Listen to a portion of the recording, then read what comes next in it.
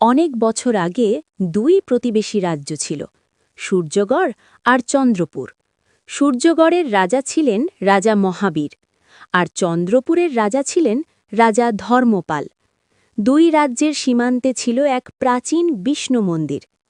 একদিন রাজা মহাবীর তার সভায় বললেন, রাজা মহাবীর, মন্ত্রী মহাশয়, শুনেছি সীমান্তের মন্দিরটি ভেঙে পড়ছে। মন্ত্রী কেশব, ঠিকই শুনেছেন মহারাজ, বহুদিন সংস্কার হয়নি। সেনাপতি অরুণ, মন্দির রক্ষা করা আমাদের কর্তব্য। অন্যদিকে চন্দ্রপুরের রাজসভাতেও একই আলোচনা চলছিল।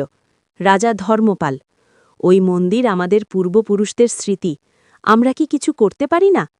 মন্ত্রী দেবেশ, কিন্তু মন্দির তো দুই রাজ্যের মাঝখানে, কে দায়িত্ব নেবে? এই নিয়ে দুই রাজ্যের মধ্যে মতভেদ শুরু হল। একদিন মন্দিরের পুরোহিত রাজাদের কাছে সংবাদ পাঠালেন। পুরোহিত, মহারাজগণ, মন্দির ঈশ্বরের ঘর, এখানে ঝগড়া নয়, একতা দরকার।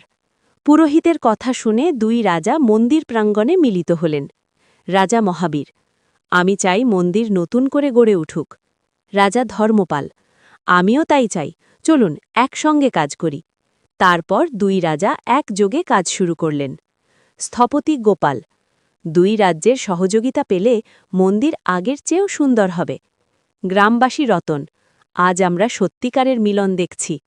কয়েক মাস পর নতুন রূপে মন্দির প্রস্তুত হল। উদ্বোধনের দিন দুই রাজা একসঙ্গে প্রার্থনা করলেন।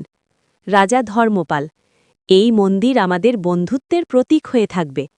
রাজা মহাবীর, যেখানে ধর্ম আর একতা থাকে সেখানে শান্তি চিরকাল থাকে। সেই থেকে দুই রাজ্যের মানুষ সুখে শান্তিতে বসবাস করতে লাগল, আর প্রাচীন মন্দির হয়ে উঠল তাদের মিলনের স্মারক। ভিডিওটা ভালো লাগলে লাইক, কমেন্ট, সাবস্ক্রাইব করে দেবেন, যাতে করে আরও সুন্দর সুন্দর ভিডিও বানাতে